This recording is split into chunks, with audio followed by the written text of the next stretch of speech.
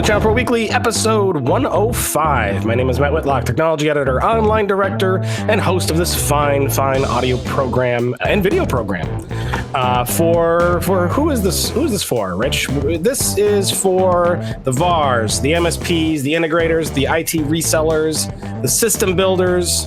If you do anything with computers, networking, software, and in conjunction with other businesses, this show will have something for you. Joining me each and every week, I just said his name, but he's the one, the only, the very Freeman-esque Rich Freeman. I can't help it. There's no skill involved in being Freeman-esque here, by the you're just happens. It just happens to be to you. Yeah. So you're home. I can see the bookcase behind you there. Yep. And you can see some of my messy office behind me because I forgot to zoom my camera in a little bit. I'll have to work on that here in a minute. So Rich, what's going on with you this week?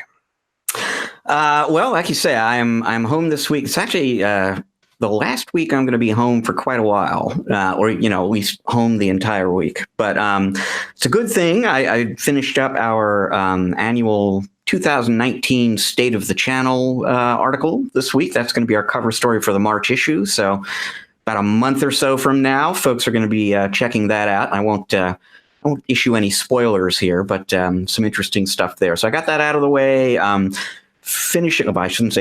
Working hard on content for our 2019 live events, because we've got the first one of those coming up in about a month, almost exactly a month from today.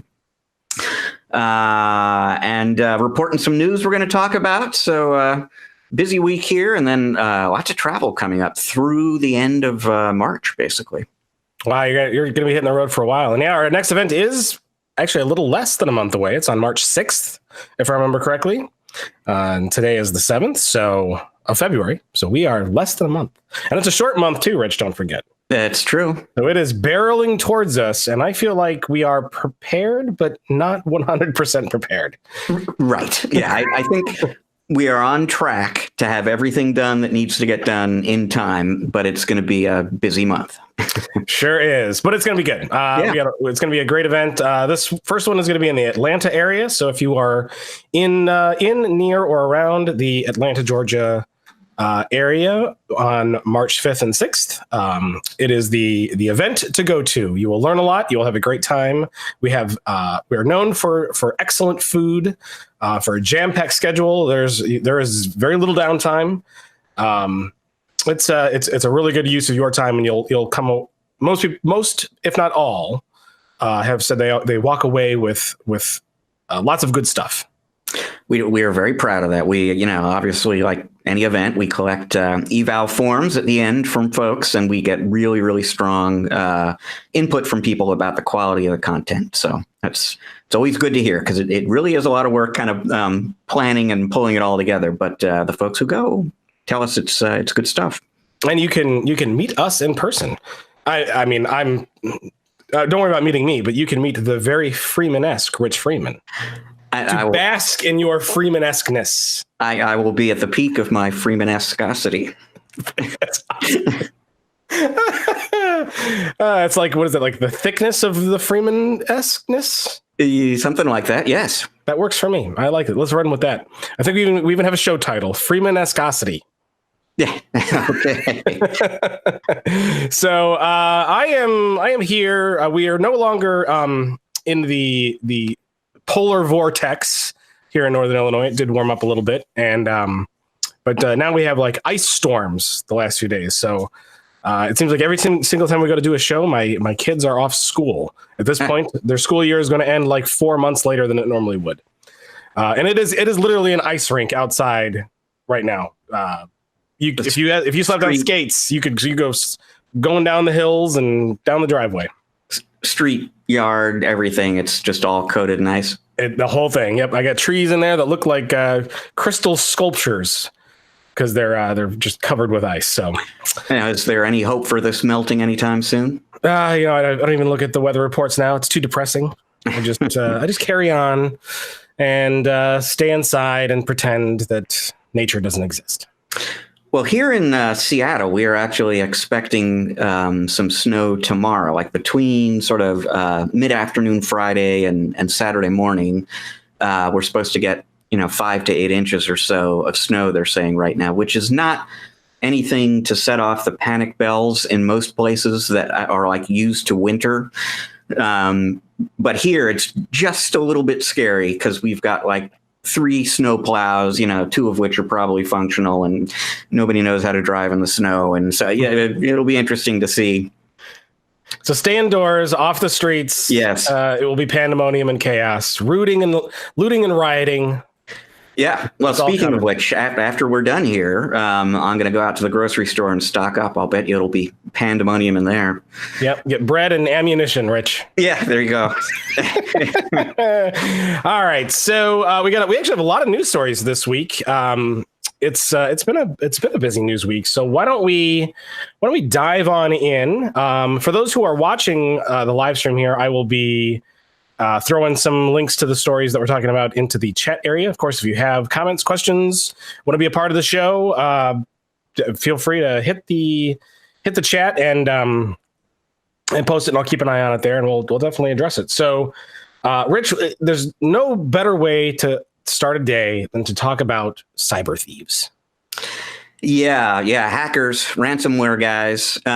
So damn nefarious people, Rich. Yep. You just got to love them. And they're back.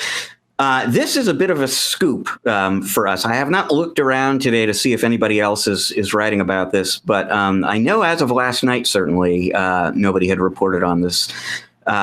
This is a story by our colleague Colleen Fry concerning a security vulnerability in a plugin, a ConnectWise plugin for the Kaseya RMM system.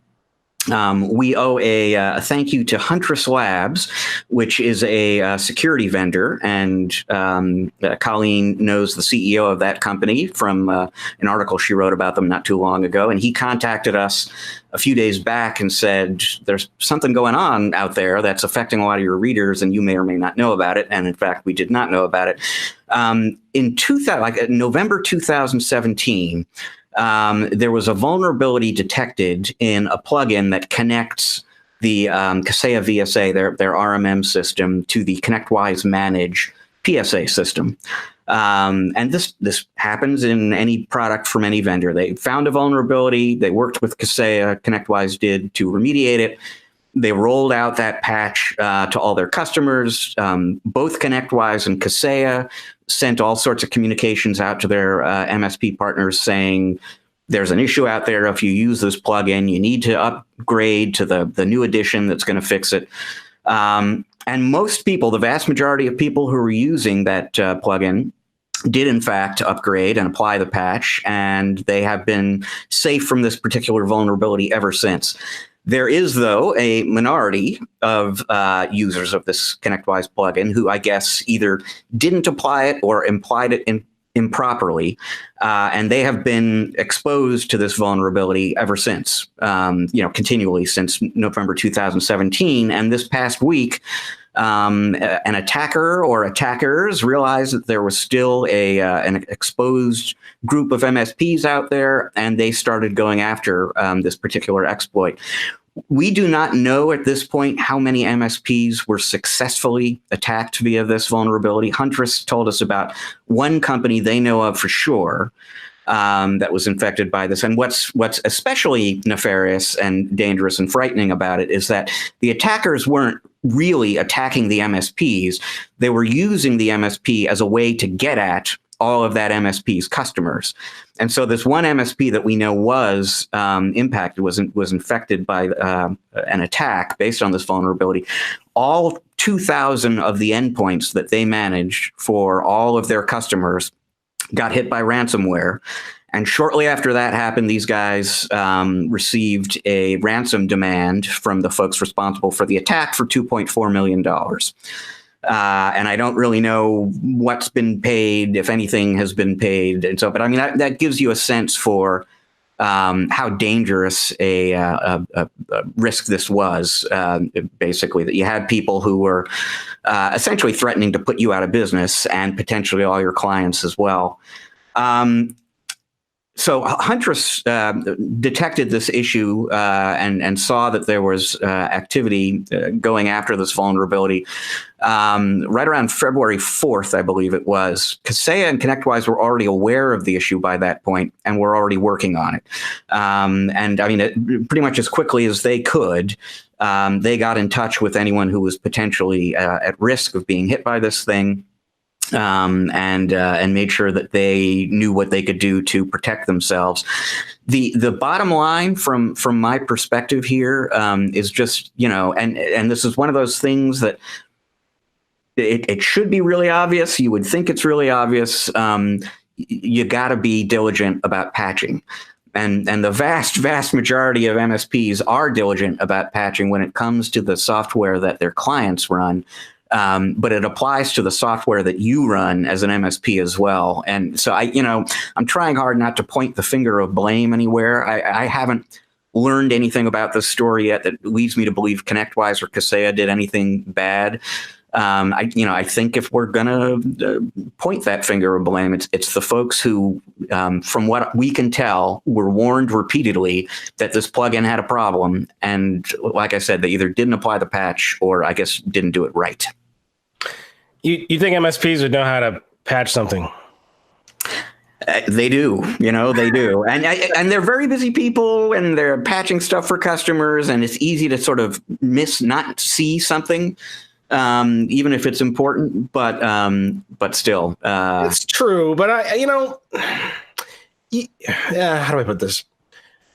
There's something to be said about do as I say and not as I do.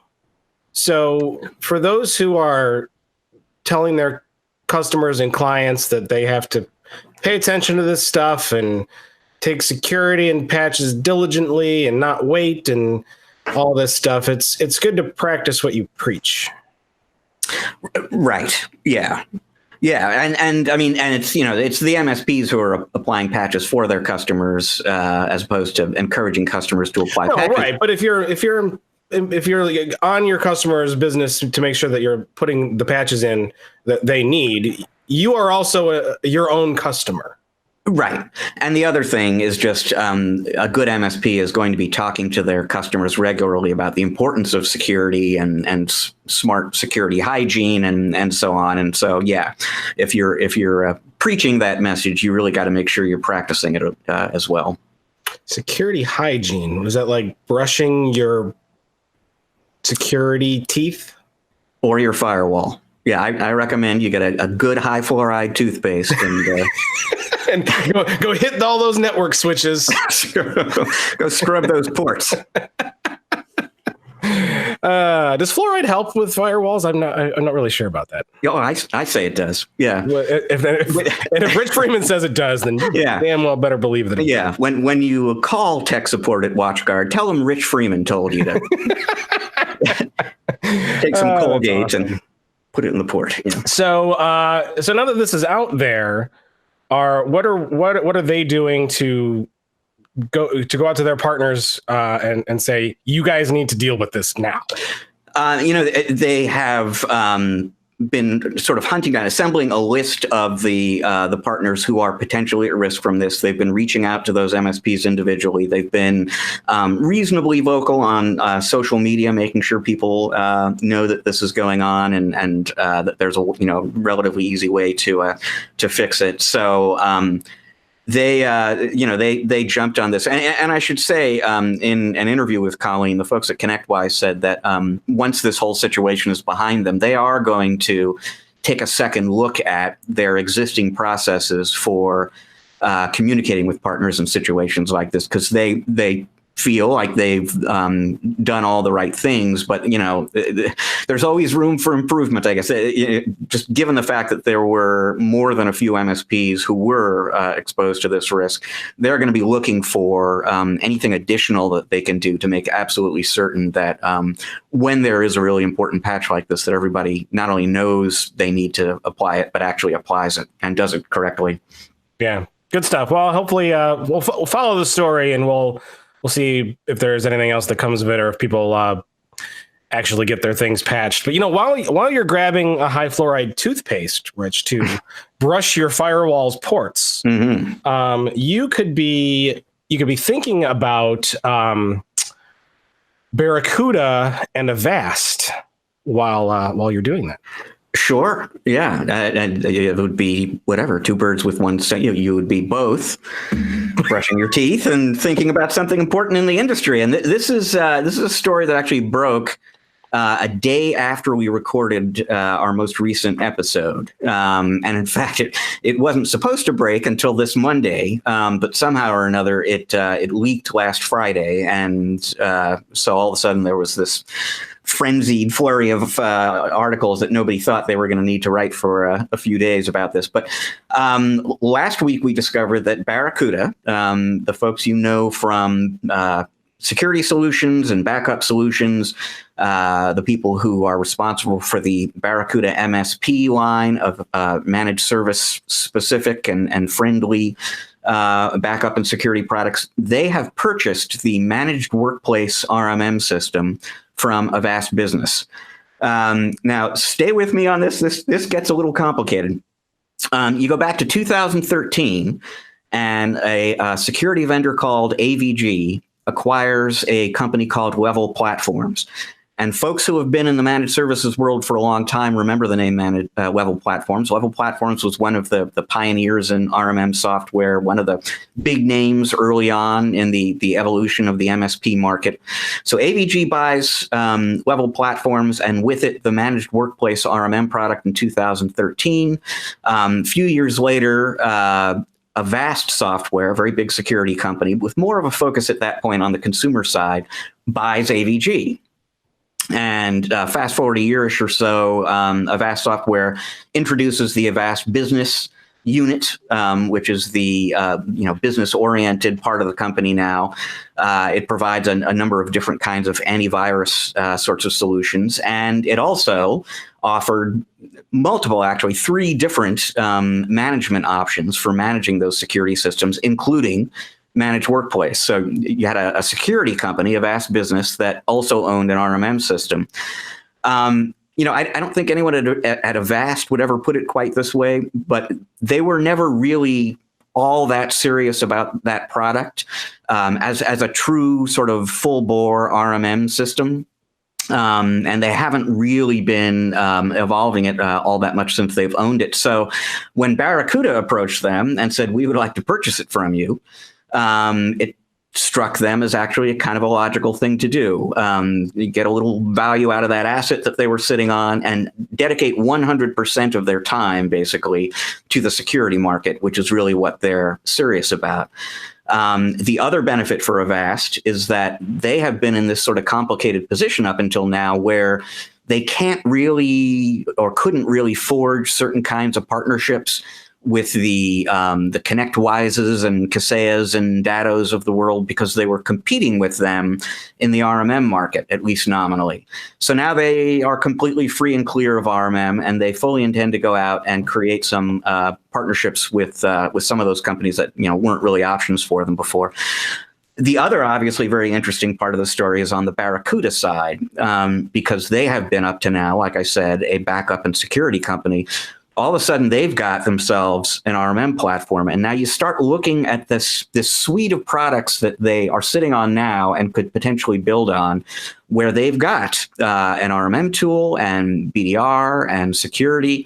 They don't have a PSA product. But aside from that, their product line today looks a lot like the Datto product line. So all of a sudden, we've got another player in this managed services line of business software market that is increasingly being dominated by these big names like Datto and Kaseya and SolarWinds MSP and ConnectWise that have integrated suites of tools. I think we've got ourselves a new player in that market in Barracuda, and it'll be really interesting to kind of see if and how they build that family of products out in the months ahead, and where they really look for differentiation, because presumably it'll really be in that security area. Managed security in particular is a huge opportunity right now. And they may have a bit of an edge over some of the other companies out there, just given the depth their security offerings and the depth of their experience in security. Barracuda has a really good name in security. So it's interesting.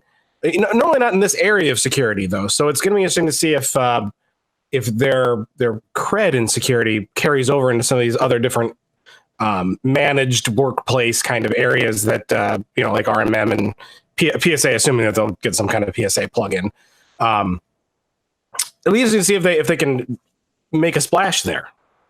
Yeah, no, absolutely, and you might remember some time back. Unfortunately, I can't remember the date off the top of my head, but But Barracuda purchased Intronis, which was a BDR vendor specifically, for MSPs, and that was sort of the nucleus of what has become today Barracuda MSP, sort of a division within Barracuda that does subscription priced kinds of versions of a lot of Barracuda's security and backup products. And it's really Barracuda MSP that's going to own managed workplace and really kind of use it, I believe, as the foundation for this security and backup suite that will very much draw on that reputation, as he said, that Barracuda already has in security.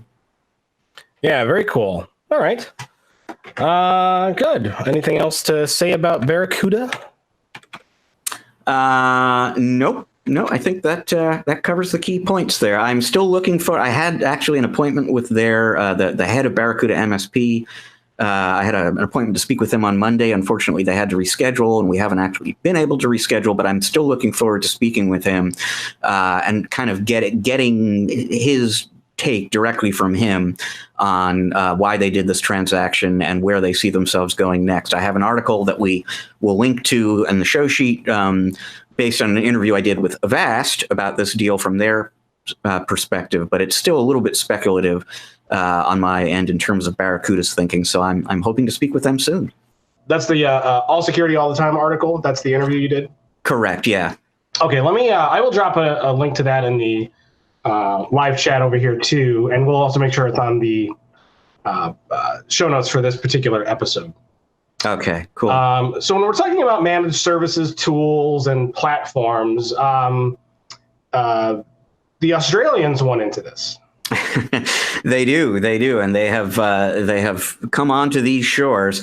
I reeled off a number of very familiar names in the managed services line of business software world just a few minutes ago: ConnectWise, Datto, Kaseya, SolarWinds MSP. There are other companies out there playing in this space and assembling suites. So people like Pulseway, for example, Atera, Atera. And now there is another one of these smaller, less sort of name brand suite manufacturers out there. They really. So you're not talking candy when you say sweets. Well, not when I say it, but or like cupcakes, ice cream bars.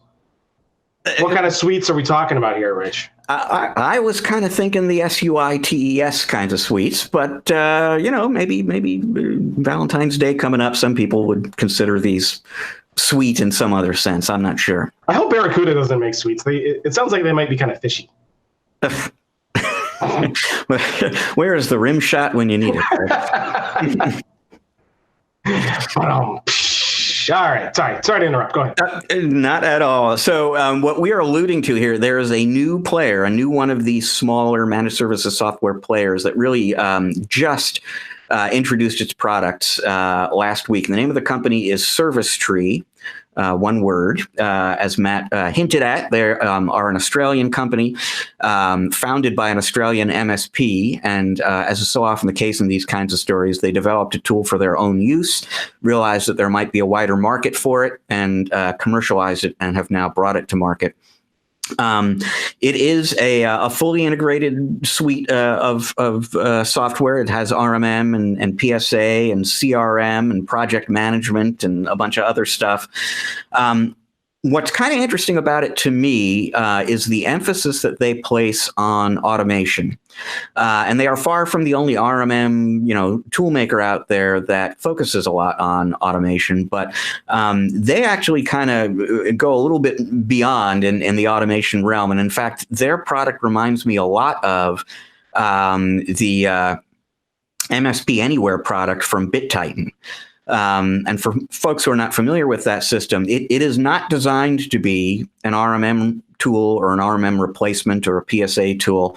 It's an automation and orchestration platform for MSPs. And the idea is you define, your standardized process for all the different things that you do for your customer. And then the solution, the BitTitan solution kind of steps the technician item by item, step by step through that workflow anytime that you need to apply a patch or install a server or whatever it is that you do. And the idea is that you're always doing things in consistent ways that are consistent with best practices. It's meant to make a company as efficient from an operational standpoint as possible. The ServiceTree solution has that kind of functionality built into it as well. It works pretty much exactly the way that I just described. You define your best practices, and they provide some examples up front, as does BitTitan. But you define and embrace your own best practices, and then the solution kind of walks your technicians through those and make sure that they're doing things in the most, in the optimal way, basically, for each one of these processes. Another kind of interesting thing about it, and again, this is not unique to ServiceTree, but there is no, one of the big challenges that a lot of MSPs run into is getting their technicians to log their time in real time, accurately, thoroughly. With the ServiceTree platform and with the BitTitan platform, you don't really have to worry about that because the system is actually keeping track of what people do when they do it. When they open a ticket, when they close it, all that just kind of gets logged away. And so the timesheets essentially get generated automatically, and they're 100% accurate based on actual effort from your employees as opposed to what they reported to you. So anyway, this is a company that very few people have heard of, at this point, ServiceTree. They're brand new here, but they have an interesting solution that is interesting specifically because it kind of combines our RMM PSA functionality with some of the functionality that you can get out of the BitTitan solution. Very, very cool. Yeah, I've never heard of these guys either. No, well, 2 weeks ago, you wouldn't have had the opportunity. Basically, they are brand new. Fresh out of the oven. Yeah. So I'll ask one question to you. Is there too many of these suites coming out? Can there be too many? Great question. And I guess it depends. I think back when you asked that question, there was this Clash of the Titans panel that you may or may not remember at IT Glue's partner conference back in September. They got the CEOs of all of these big managed services companies on stage together. And there was sort of a conversation that was going on about, which approach is going to be the winning approach and, among these companies and so on. And at one point in that conversation, Austin McCord, who was at that point still the CEO of Datto, basically said, there's room in this marketplace for all these different companies and all of these different approaches. If you look at the scale of the managed services opportunity just in the US, and McCord would certainly say, and a lot of people would certainly say, the scale of that opportunity is basically every business in the country with up to 1,000 employees. And I don't know what that number is. It's a huge number of companies. And there's no way a majority of them even today is working with an MSP. So there is a massive opportunity out there. Really, the managed services space, even though we've been talking about it forever, it feels like there's a lot of upside ahead for managed services. Well, there is, but how many MSPs are really going to take a chance at this point on a brand new startup when there are so many more established options out there that are safer? I mean, that is a really good question, and I put myself in the shoes of an MSP, and I would, first of all, it's disruptive to switch platforms. So if I have one already, I need a good reason to switch. But am I going to switch from a platform that comes from an established vendor to a platform that comes from a brand new vendor? Even if I like the product and I kind of believe in their vision and I like the people over there, they don't have the same kind of track record. Am I going to place that kind of bet on a company like, it's a tough thing to do. Now, it's easier, I suppose, if you're new to managed services, and there are still lots and lots of break fix guys out there who haven't even put their toe in the managed services water yet. That's a different story, maybe. But no, I think you're right. It's a difficult competitive position to be in if you're a ServiceTree right now, and that you're competing with companies that, for the most part, are owned by private equity companies. They are established, well-known, successful. They are generating a lot of cash. And I mean, you've really got to have a better mousetrap to take those guys on. Well, a better mousetrap or a much cheaper mousetrap that still works. That would be the other way. So, well, all right. Well, we got one more kind of relatively unknown startup to talk about this week. So there's this other company that has a co-selling program that seems to be gathering steam. Who's this? I don't know, where are they based out of? Microsoft. Yeah. Microsoft. Yeah, it turns out they're based not too far from me. I'm here in downtown Seattle, and they're just across Lake Washington in Redmond, Washington. Somebody was telling me about them recently. Yeah, and what do these people do?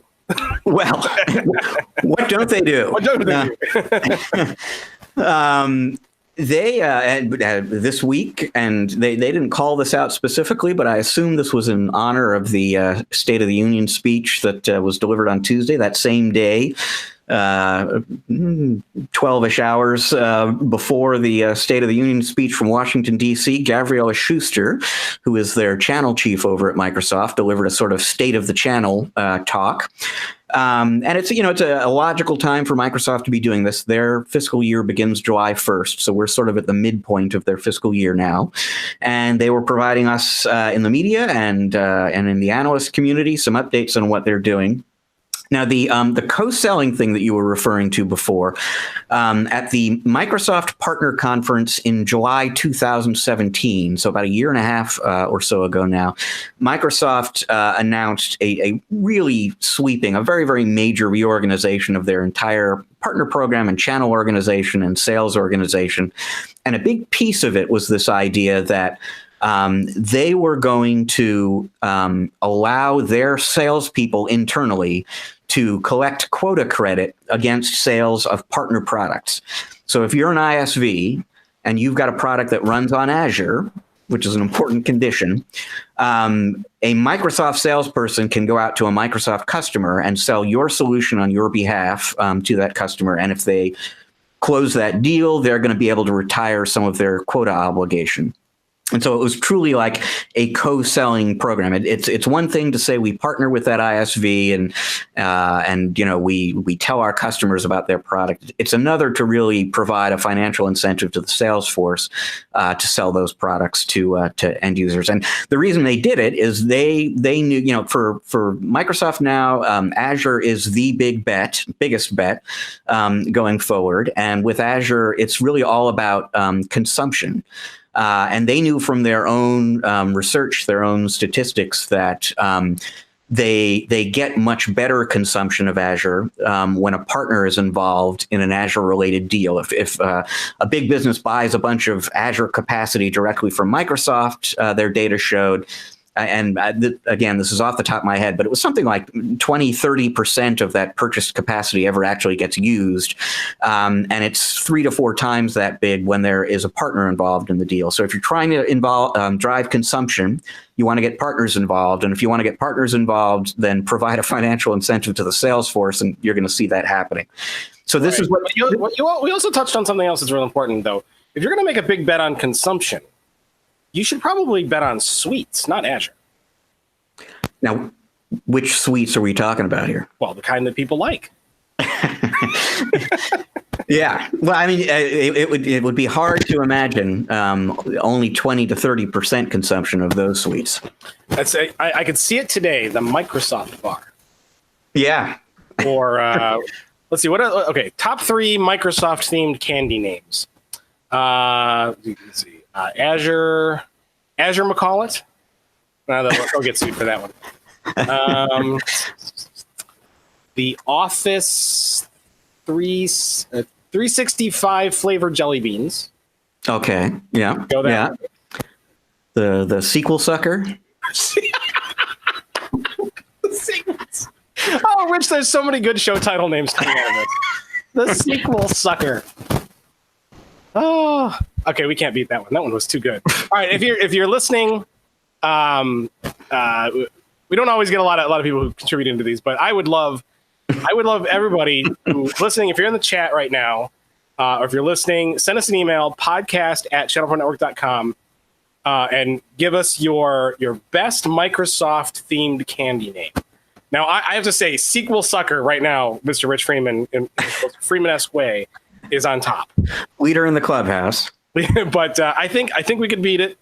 Best Microsoft themed candy name. If you win, we'll get you something. I don't know. We'll send you a shirt. We'll send you something.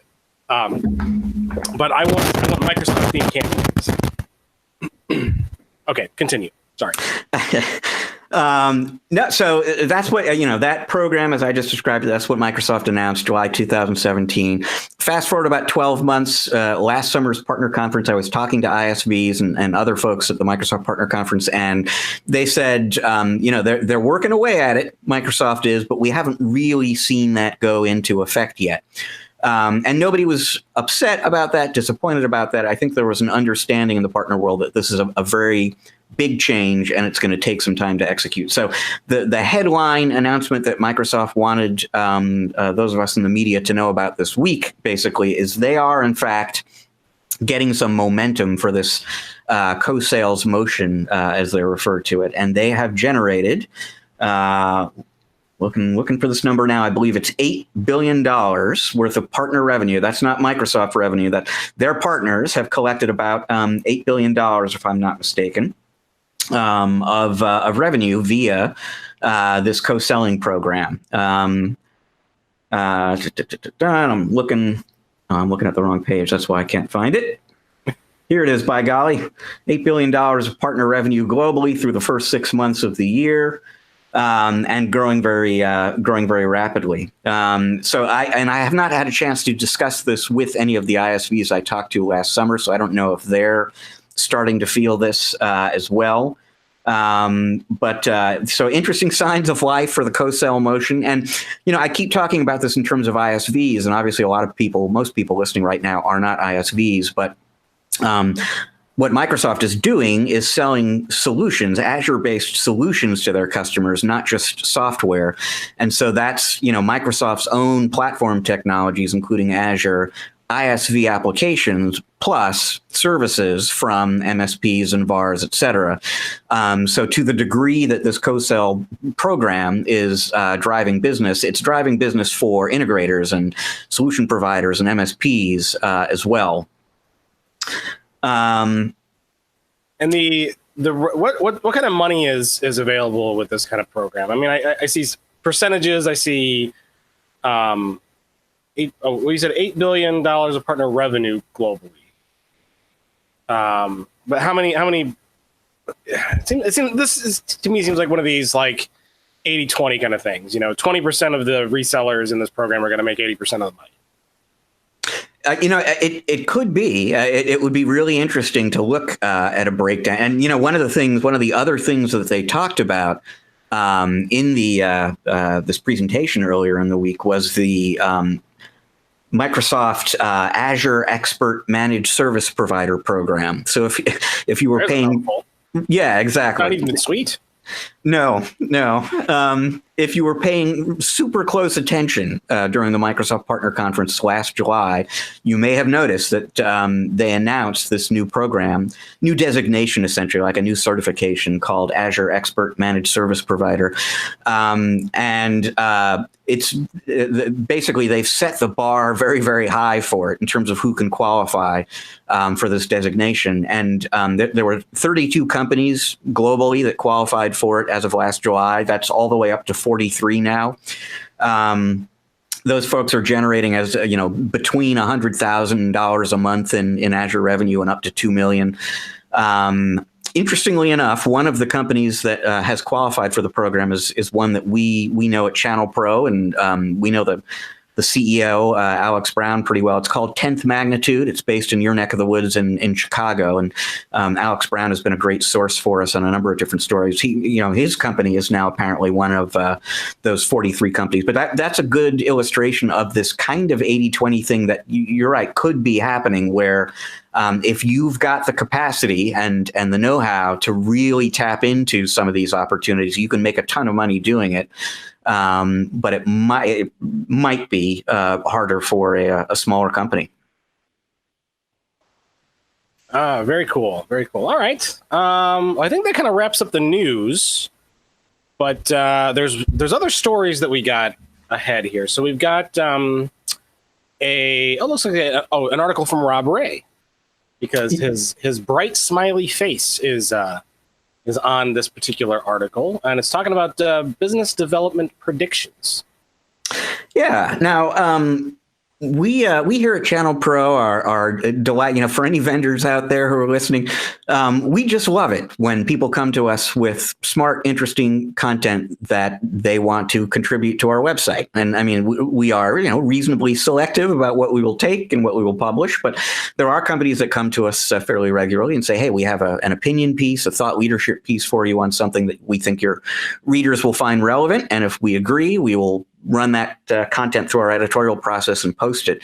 And so earlier this week, a piece from Rob Ray, as you mentioned, went up on the website. Rob Ray is the VP of Business Development at Datto. Just by the by, once upon a time, he worked at Level Platforms. Funny how these things come together, but he has been at Datto for a long time. And he posted a piece for us about 4 predictions for the managed services market in 2019. Interesting article. I absolutely encourage everybody listening to go check it out and take a peek at it. The reason I put it on the show sheet was because as I was reading it, I started reading in between the lines a little bit, and there's some stuff in here that raised my eyebrows a little bit, piqued my interest. White space? That's what I see. When I look between the lines, Rich, I see white space. Now, hold on, I'm going to put it back up here, and I'll let people tell me what they see. Hang on, I'll even zoom in here. Let's see. Yep, look at that. White space. No question about it. You are eagle-eyed as usual, Matt. But there's sort of a forest and trees kind of thing going on here. Let's look a little more carefully. Let's look beyond the white space. Are you saying to read between the lines, Rich? Is that what you're saying? Yeah, pretty much. Pretty much. Okay, go. Continue on. So, like I said, 4 predictions in the article, and one of them he talks a little bit about some things that he expects to see MSPs doing to deal with the skills gap, the talent crunch in the market right now, and collaborative relationships and partnering with partners and so on. But interesting thoughts, very sound observation. He talked a little bit about how regulations like GDPR and California's Consumer Protection Act are going to have people, managed service providers in particular, thinking about privacy more closely. Absolutely, totally agree. And again, very interesting observation. Then he gets to these 2. Where he talks about, and the heading in here says, improving security with reasonably priced technology. And he basically says that, security threats have grown so severe out there and so rampant and so quickly evolving that you really need artificial intelligence or machine learning assistance to keep on top of that and to keep your customers safe. But a lot of the technology that draws on those sorts of capabilities is really expensive. In fact, I'll just quickly read this last little paragraph here. The one issue with these technologies in their current form, however, is they're prohibitively expensive for SMBs, which means MSPs are still executing security strategies for end users, and he means manually. More solutions to address pricing and scaling of these tools will come to light in 2019. Now, he may be thinking about security vendors, and it's very, very reasonable to predict that security vendors will be looking to introduce more reasonably priced, artificial intelligence infused security solutions in 2019. But I read that and I thought back to a conversation I had with Austin McCord a little over a year ago, when again he was still CEO of Datto, and I asked him, "Are you guys going to get into the security market?" Because that was the one really kind of obvious gap in their suite, SUITE, at that point. And he said, absolutely.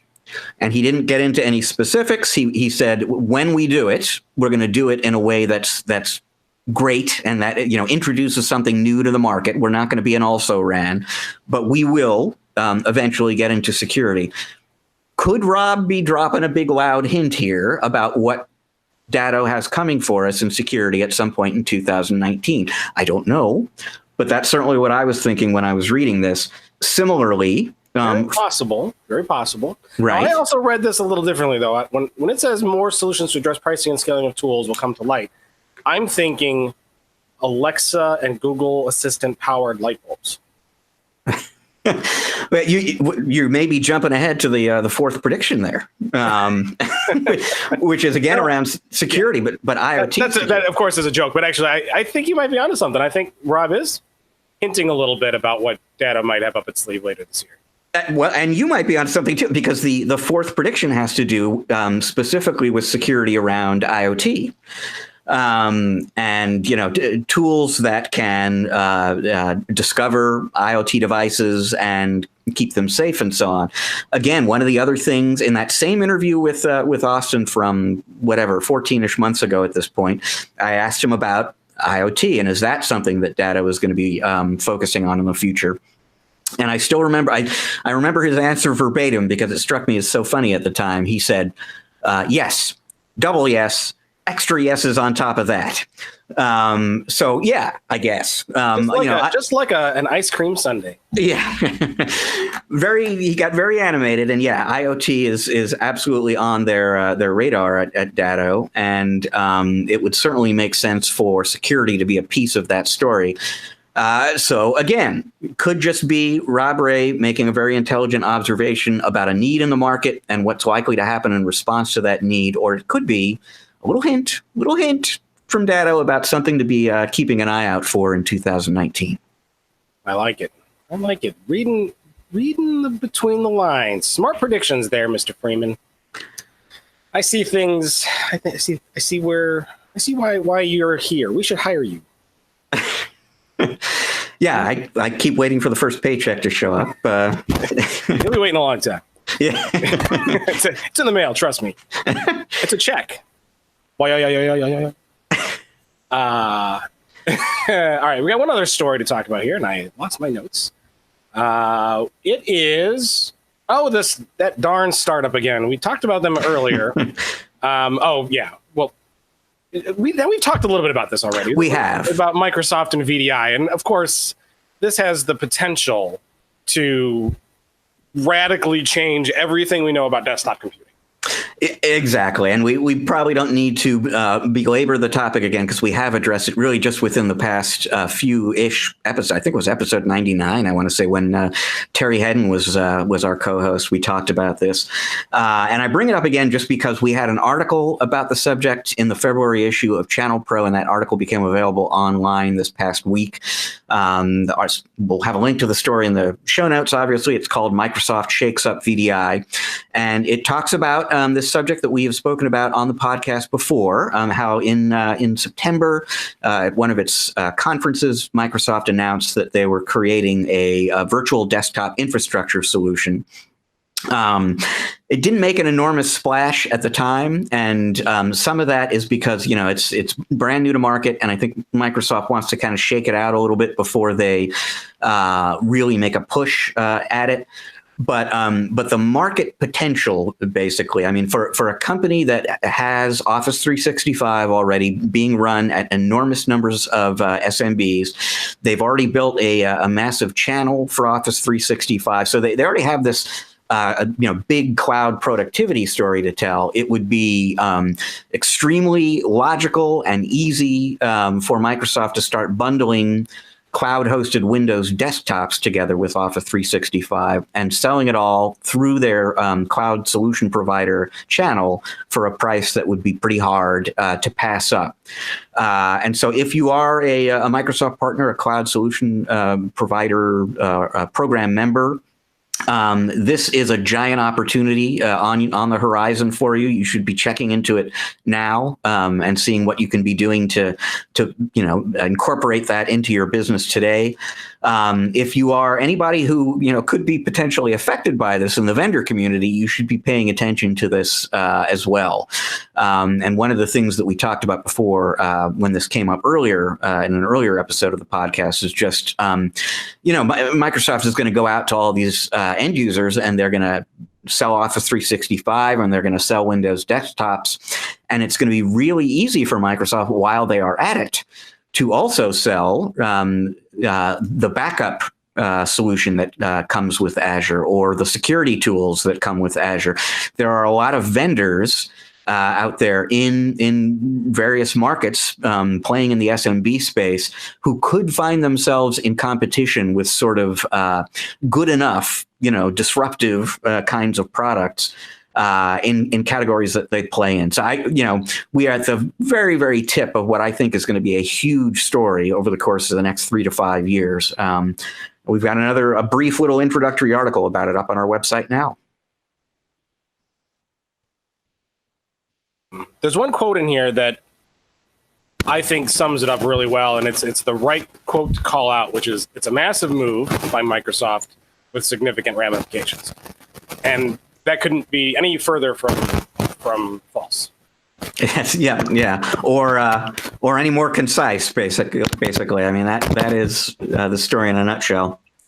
Yeah. So for those who've been thinking for a long time that the thin client universe is coming, where computers really are just kind of thin clients, we have a little ways to go before that might be true in certain areas, but for desktop productivity and business, I think that this is what's going to kick that reality off.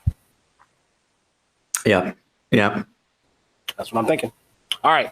Very cool. But we don't need to talk about that anymore. Now, Rich, I think that's all of our stories that we got. It is for this week. We don't have any interviews. That's correct. So why don't we dive into kind of what we normally do week to week, which is we'll talk about not sweets, although we've talked about those significantly. Rich, do you have any cookie recipes you'd like to share? No, I don't. Although true story, Matt, and this won't make any sense to anyone but you and me. But when I visited you in December, you twisted my arm and you made me try a cupcake that was made by one of your neighbors. And I was like, yeah, whatever. Okay, a cupcake. Sure. Give me half that cup. And something reminded me of that this morning. And I was just thinking to myself, damn, that was a good cupcake. So yeah, you actually have the sweets recipe that we should be sharing with people. Yeah, our friend Liz, she has mastered baking lots of unhealthy but yet very delicious things. That that particular cupcake, it was like a cupcake with integrated cookie dough, yes, covered with like a homemade frosting. I know, and it's to die for. It's the reason why I put on 20 pounds. So, yeah, but one thing that we do cover week to week that you also, when we're here, got to check out is the vast collection of old things that I have. And even if you look behind me here, you can see some of my old video game consoles and video games, and I've got desktop computers, laptops, PC components, phones, you name it, I've got. Now, Rich, I'm going to have to say, how has my audio quality been the last 30 minutes of this particular episode? I would say mixed. Mixed? Not so good? Yeah, not tops. That's because we really, has it been that bad? Did you switch back to the microphone before? Like we're getting a bunch of static right now. In fact. Oh, well, that's because I was touching a cord. How about that? Is that better? That is better. So, well, okay. Well, it just so happens to be, and I plugged this in just to see what would happen if it would work, and it did kind of work. My museum pick this week was the old school PC microphone. Now, I swear to God, I did not know I was going to have mic troubles on this particular episode, but I pulled, and I'm going to have to look it up here, this bad boy out of a drawer earlier, and I'm like, oh, I remember when computers came with these, desktop microphones. You ever had one of these? I don't think so. No, I've certainly seen them before, but I don't believe I had one myself. Yeah, this one, like, if you ever got like a Creative Sound Blaster audio card, normally it came with something like this. And of course, this one's Creative branded, but there was also like the generic PC microphone, and this was like what you used for a microphone. Can you still hear me? Yeah. I'm not sure what it is, but it might be every time you're moving that mic, we're getting a wave of static. Okay, sorry, folks.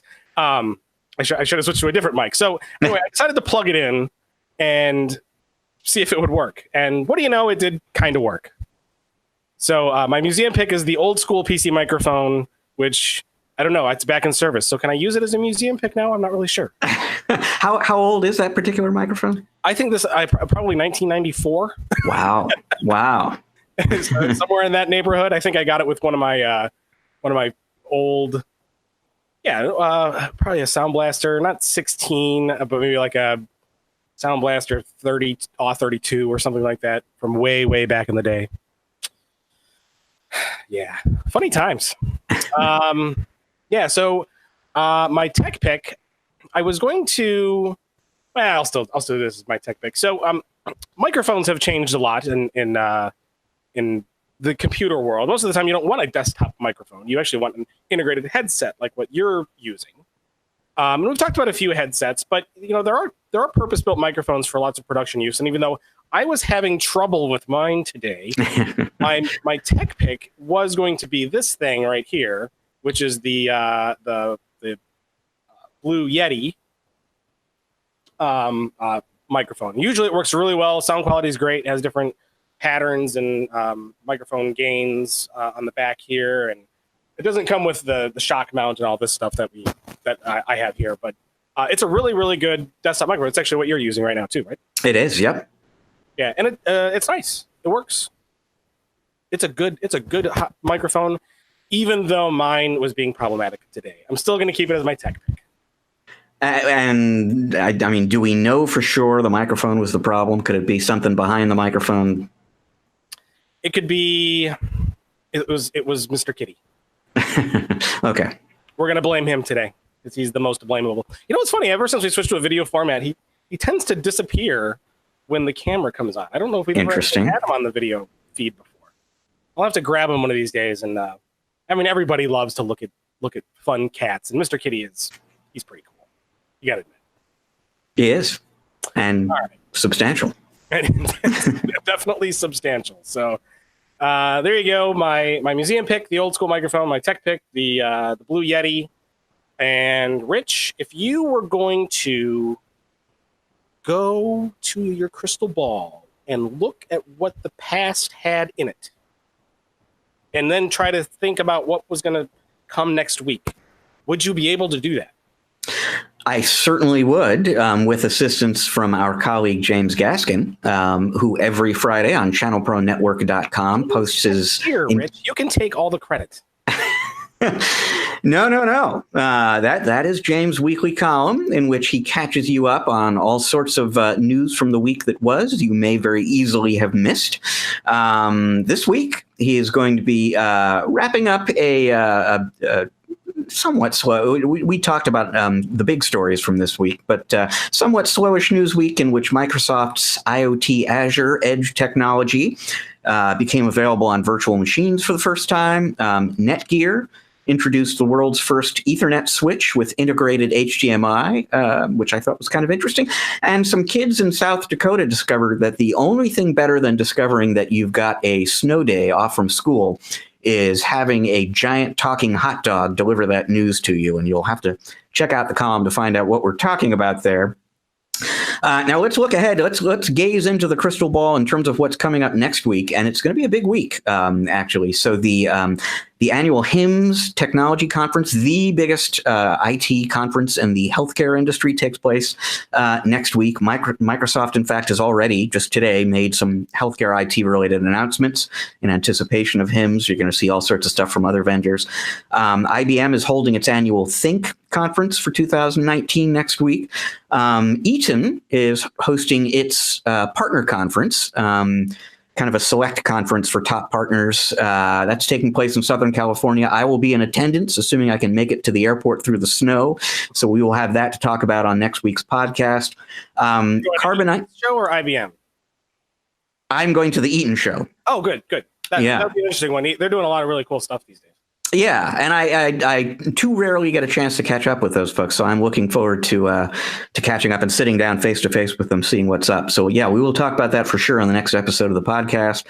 And then I also, it just so happens that Carbonite is doing one of the shows in its 2019 Roadshow series right up the road from the Eaton event in Irvine, so I'm going to attend that.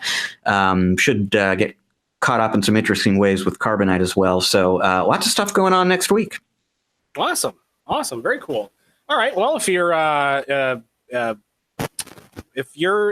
to talk, Rich, you should probably know what you're going to say before you open your mouth, which I've had a problem with today because I keep getting distracted because my freaking kids keep opening my door, like trying to ask me stuff. And it's like, on the air, people. Only here do you get to see how the sausage is made. So, Rich, I would say that if somebody wanted to subscribe to ChannelPro Weekly, there's a bunch of ways you can do it. You can do it on YouTube. You can hit the subscribe and the little bell, because I guess subscribing and getting notified of things are now two different things. So you have to do two things in order to get notified, but at least subscribe. Or if you want to listen to ChannelPro Weekly as opposed to watch us yap into microphones, you can go to iTunes, Google Play Podcast Store, Stitcher, pretty much everywhere podcasts are aggregated. You will see us there, and then poof, wherever you are, the train, the car, mowing the grass, doing the dishes, yelling at children, whatever you're doing, ChannelPro Weekly just magically shows up on that device. Isn't that just wonderful? The marvels of technology. It's magic, Rich. Absolute magic. So definitely do that. Our website, channelpronetwork.com, is the website. There you can get news and all the stuff that we post in real time each day. So make sure you bookmark that, set it as your homepage. Share it with your friends, families, neighbors, dogs, pets, teachers, anybody who reads, or anybody who doesn't read. I don't know. They'll learn to read. Or at least they can look at the fun pictures, like big walking hot dogs. Are we going to have a picture of this walking hot dog? Yes. Ooh, good. Video. Video. I want to find out about this talking hot dog. This seems like something.